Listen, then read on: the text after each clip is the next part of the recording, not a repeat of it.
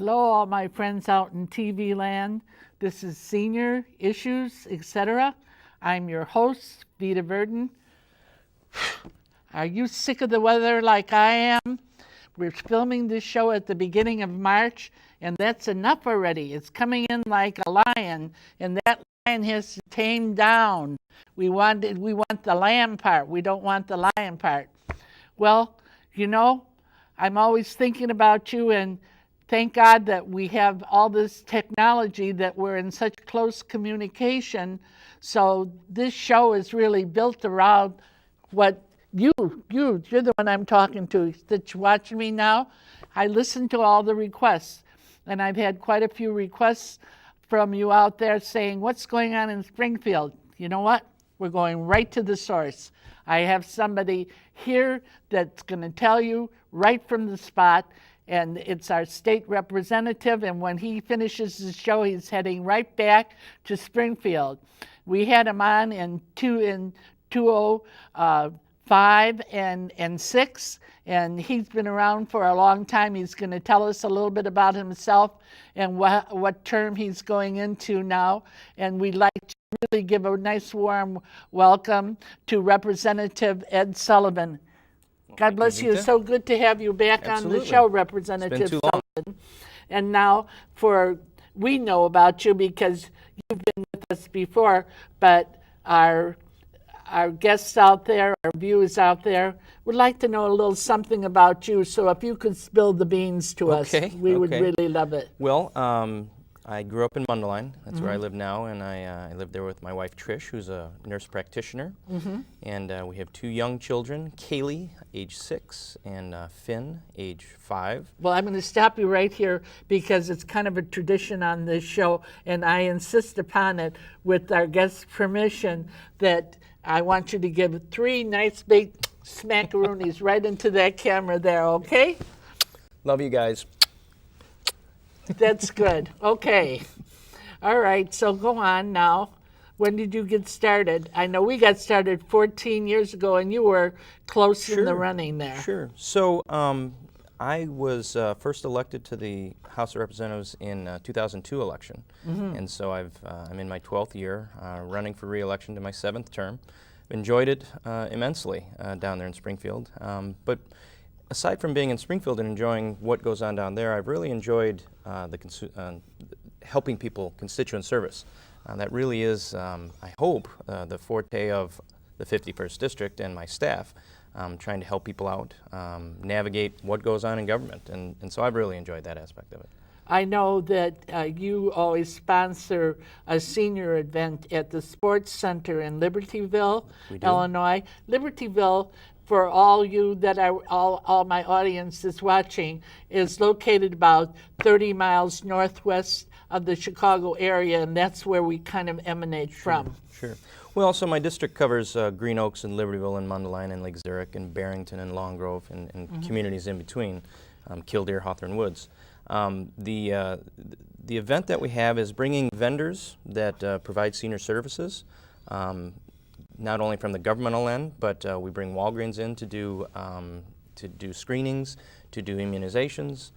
So it's a really good event. We're 400 or 500 seniors come out, and we probably have 50, 60 vendors that will supply information and different things that seniors need. So we really enjoy that, and either that or sponsoring the Super Seniors group at Mundelein High School are some of the things that we try to do and be active with the senior community. Well, I know for my behalf, what has always been is a good source for me. Like I've gotten, I'm going to have a speaker on, as a matter of fact, she's going to be in the next show on Alzheimer's. You know, and I got her from going to your event, and I've always gotten, if not for myself, you know, something to present out of the show, because it's always information that is needed at the time. And so I do compliment you in this area that you've kept abreast on what the needs are. And that's such an important thing since we're living for so long. One of the things that I'd like you to express to our viewing audience is because a lot of people don't know exactly, I'd like them to connect you to what your title is, what does a state representative do? If Certainly. you could do that for us. Well, there's multiple things that we do within our role as state representative. First off, we represent about 108,000 people, and so the state is broken up into 118 districts based on population. So as the population decreases, we represent less people. Every 10 years, we have to redraw districts, so we represent about the same amount of people.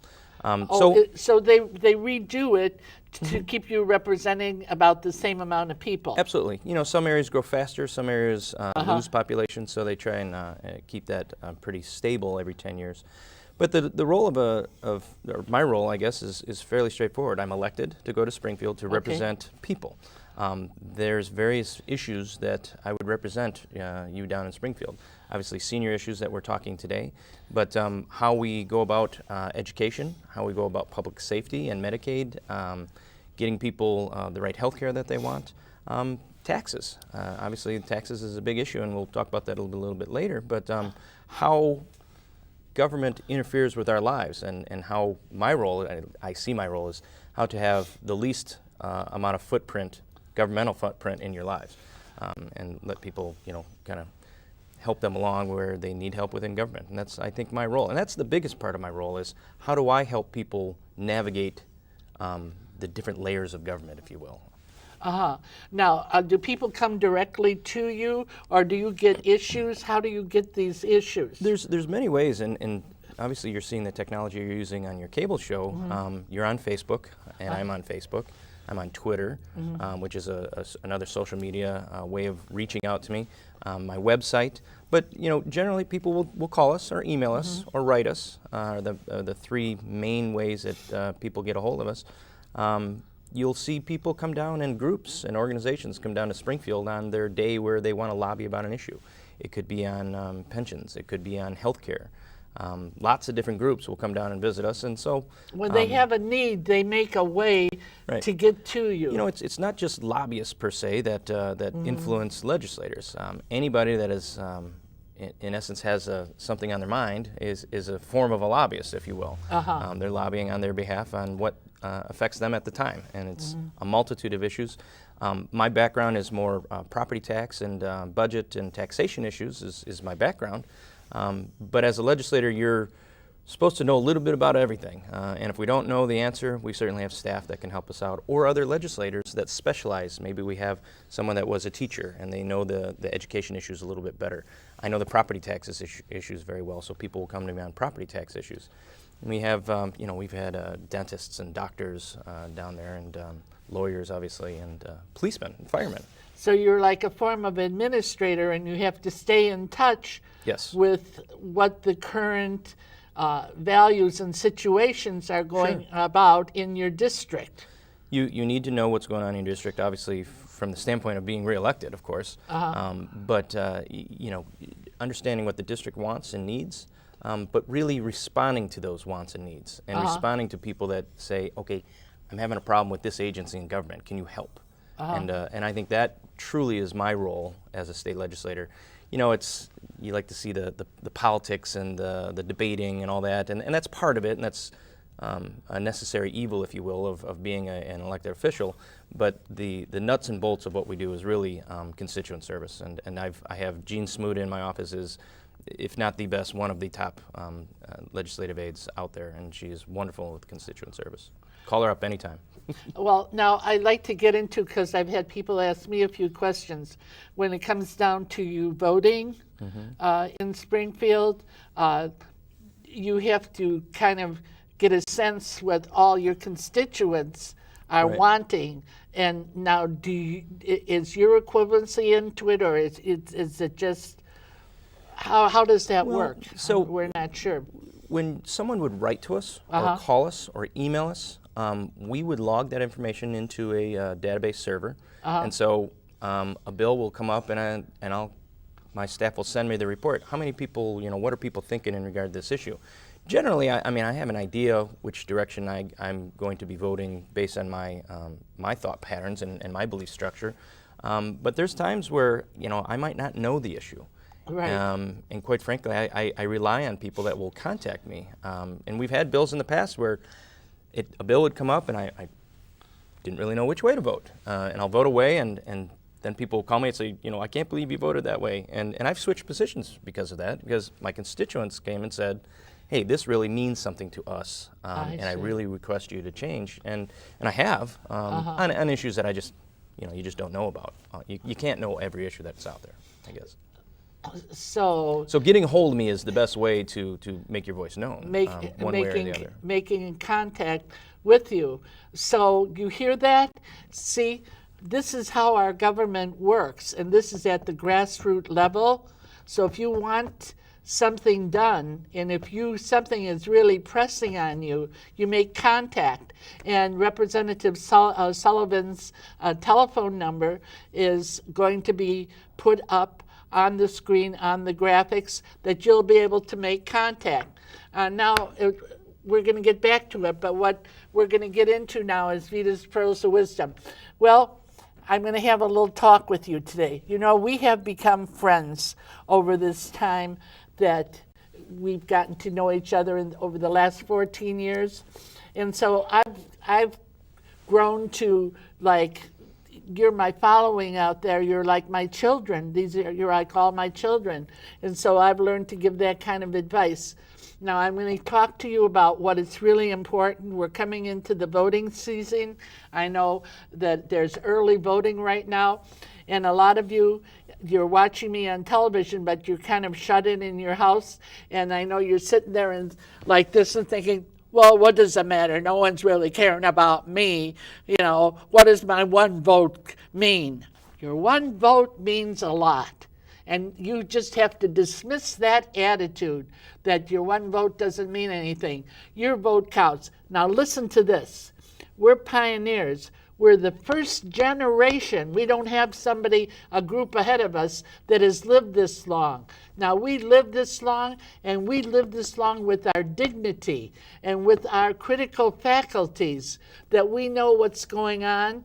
Now, if you can't make it out of your house, you call the nearest voting representative that you can get a hold of, and believe me, somebody will make contact with you, because you need to get out and vote. Because since we're the first generation that's doing this, we have to have wisdom, and we have to have dignity, and we have to have our pride to give it to the next generation that's coming out, that we're solid citizens and we're leading the way. And who knows how long we're going to live. It could be that the standard will be over 100 years old, but whatever it is, we have to do that fully. So get out of that old mentality. We're a new breed as seniors, and we have to act like it. Now, I want you to contact me or contact Representative Sullivan on all these issues, because you're the ones that you make up this show. So you can go to senior issues, etc., etc.org. Now, on the website, if you scroll down on the first page, you'll find a link. And that link will go to all the shows, or the link can go to Facebook. And you can go right into Facebook, and you could put your opinion up there, or you could email me at vitaverdon@netzero.net, or you could call me. My telephone number, if you go onto the website, I'm right out there. I'm transparent. Call me. We want to know what's going on, because we want to have a voice. When we first started this show, what we put in the mission statement that we made up to get our 501c3 is we were giving a voice to the voiceless. Well, you know what? That glass ceiling has been broken. We no longer have to give a voice to the voiceless, because we have a voice, but we have to keep our voice strong, and we can't hang on behind or get into like that old world mentality. We have to be strong in what we're doing and take it and push forward to show, yeah, we can do it. We really can do this. Now, I want you to get on the phone if you can't get out to vote, and find out how you can do this. It's early voting right now.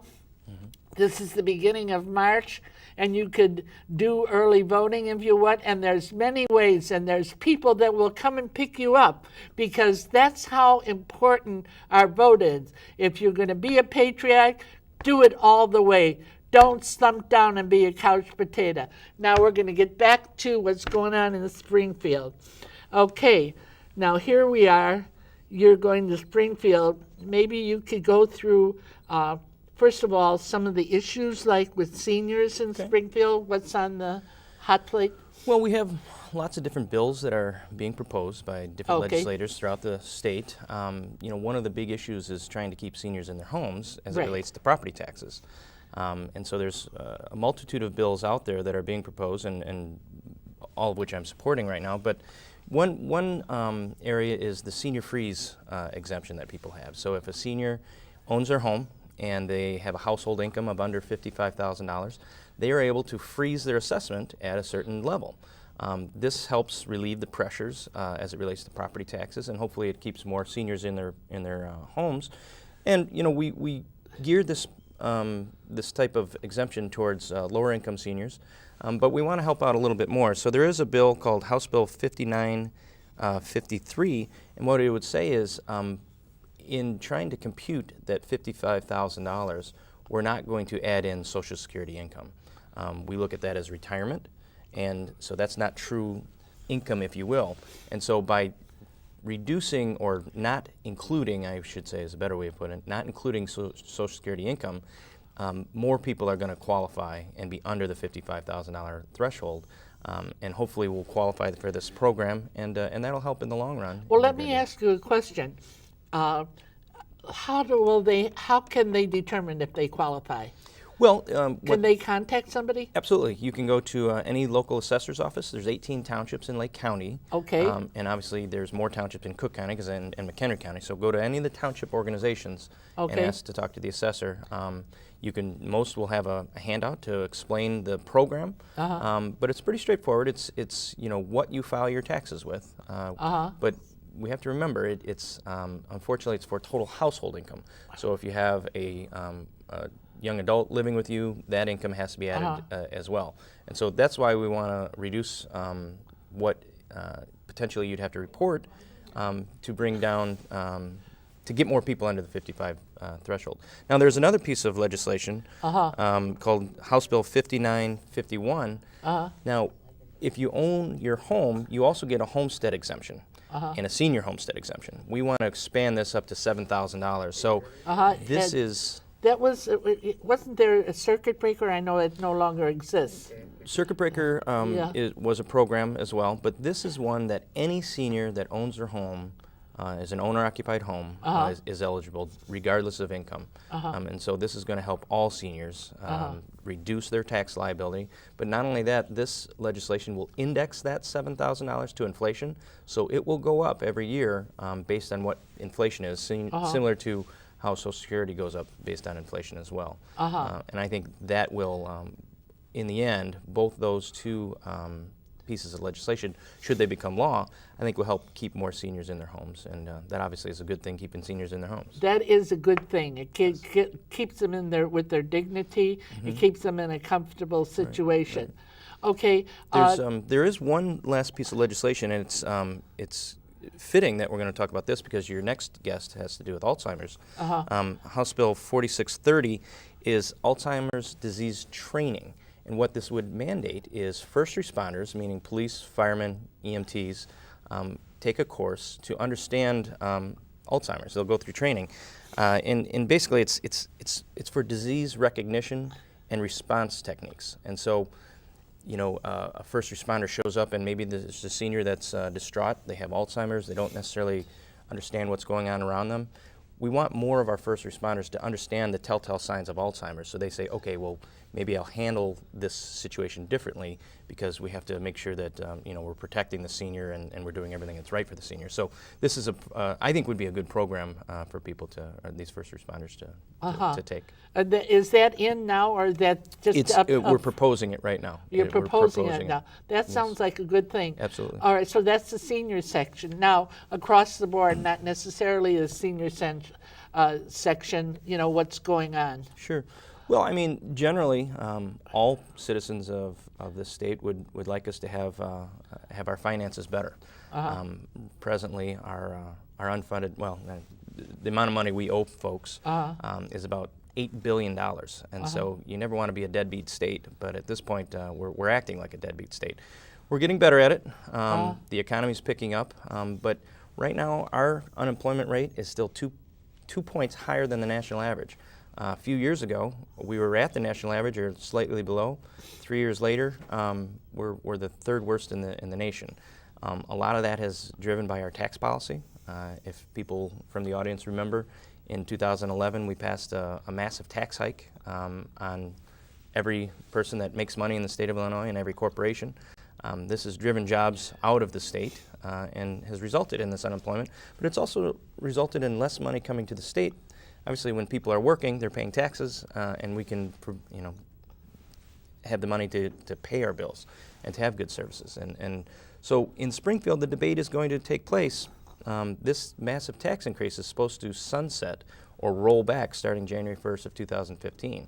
And so we have to have the discussion, are we going to make it permanent, which is something that I don't support, or is it going to be allowed to roll back? And if it's going to be allowed to roll back, well, we have to start planning for this because we're going to have less money coming in, and so we're going to have to reinvent government, if you will, and make it more efficient. Well, that's a battle almost. It is, and unfortunately, there's an election in November, and there's a lot of folks that don't want to, in essence, deal with these two issues, and they work together, whether we're going to have more revenue or what we're going to do with the budget. And so I think you're seeing a lot of people start to talk about, well, let's push it off till after the election. A typical politician doesn't want to make the hard choices prior to having to go to the voter and ask for their okay to continue serving them. I wish we would have that discussion now, and we'll see what the majority party wants to do in Springfield.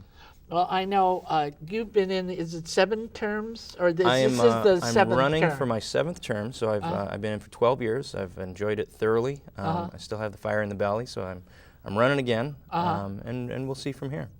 Well, now from the time that you came in till now, I know this has been a total learning experience. Sure. Could you express that, what you've learned?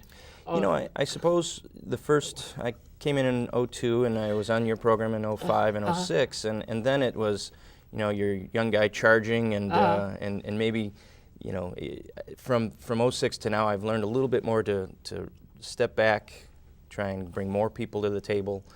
You might have your ideas, but they're only your ideas in your head unless you can get people to support them.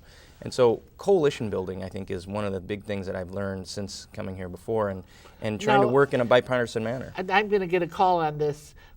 Somebody is going to email me. What's coalition building? Well, coalition building is not going in alone. Not trying to be the young buck, So you become like a team player. You do need to be a team player, and I think a lot of people are upset with the lack of bipartisanship in not only Congress in Washington D.C. but in Springfield, and so I think one of the things I've learned over the last 4, 5, 6 years is how do we work together? How do we work with the Democrats and the Republicans and the Independents to move our state forward? And that's something I've enjoyed doing over the last few years. Yeah, that's interesting because the things that you're telling me, that's the things I've learned too. There you go. And so it's like you've grown in your area, and I feel like I've grown in my area. Well, and your program has grown tremendously from seeing a few 3 communities to what you're over 50 communities, and so that's obviously a big responsibility. And so for me, our paths have paralleled in different areas, of course. I'm on our leadership team. I'm a floor leader, so one of the things is I have to debate issues and help my colleagues pass their bills, and then debate them on the floor from trying to move things forward and trying to stop certain initiatives by people as well. So you have to learn to work together. The other thing that I've really learned is how important constituent service is. I brought in, 6, 7 years ago, I brought in Jean to really be the go-to person in my district. I'm in Springfield quite a bit, so I need someone back in the district that can represent not only my views and what why I get elected, but answer the questions of all the people that will call in and say, hey, I don't understand how to get through this department or that department, or why my license plates didn't arrive on time, or how do I get my driver's license Well, done? I can attest for that personally because I have 2 people on my staff here who have gone to her, and she has gone beyond that extra mile Sure. in getting them refund on their license plates. You know, Well- she has really gone beyond it. So she really, you can ask the producer of the show. She calls her a treasure. That you have a treasure. She is the best, and I would hope that people would understand that that should be the norm in government, not the exception. And that's what we're trying to get towards is people like Jean all over the place. Well, one of the things is that I think it's important that, you know, as you see things grow and you develop in the position that the good Lord has given us, that you kind of cultivate wisdom. Sure. How to use wisdom to people. You've made it to this place, and how do you bring other people along with you? Sure. And what is the best thing for your constituents? Sure. You know. Well, in Springfield, when a new class of freshmen come in, we call them the freshmen. That's the newly elected? The newly electeds that have never been in the General Assembly before, I do bring them out to a dinner where we sit down and we talk about, you know, this is what you can expect. And so I try to reach out to the freshmen every 2 years. We bring them out, and I think as a floor leader, they will look to me for guidance, how to speak on an issue.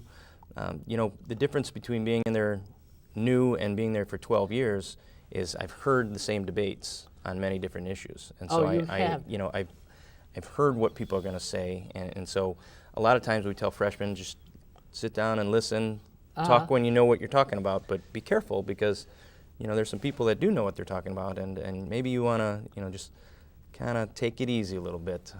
But it's been interesting. There's been a lot of turnover in the General Assembly in 12 years.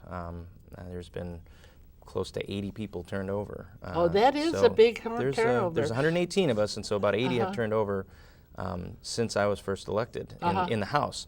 And so we've had a lot of fresh faces, and we've had a lot of great legislators on both sides of the aisle, quite frankly. Well, Senator Adeline Gia Karras, who's passed on, God rest her soul, Absolutely. Had taken the crew, part of our crew, down to Springfield before a few years before she passed on, and we went before the Senate to tell what it's like for seniors to be on television. And when we got down there in that confusion, we didn't understand how anything could get done. Right. Because it's just like, a frenzy. It takes a little long It's really a frenzy. You have to really adapt to this you frenzy. got to learn where to go and what to do and how a bill becomes a law. I mean, there's the rules and how it works, but then there's the nuances of how you get it passed. And there's a big difference between the rules and kind of the culture and how things are done and how you do get things passed. So it's interesting, and she was a great supporter of mine, God rest her soul. And if you guys come down again, my office is at the Capitol. You can have a place to put your coat and see your state capitol. We might do that because it was interesting to go down there and we got a letter.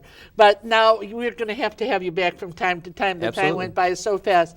When you, out there, I'm talking to you, come to the end of your rope, you tie a knot and you hang on. You know why? Because the best is yet to come. What we want you all to do this week is to catch the Spirit. God bless you. We love you. And we're out.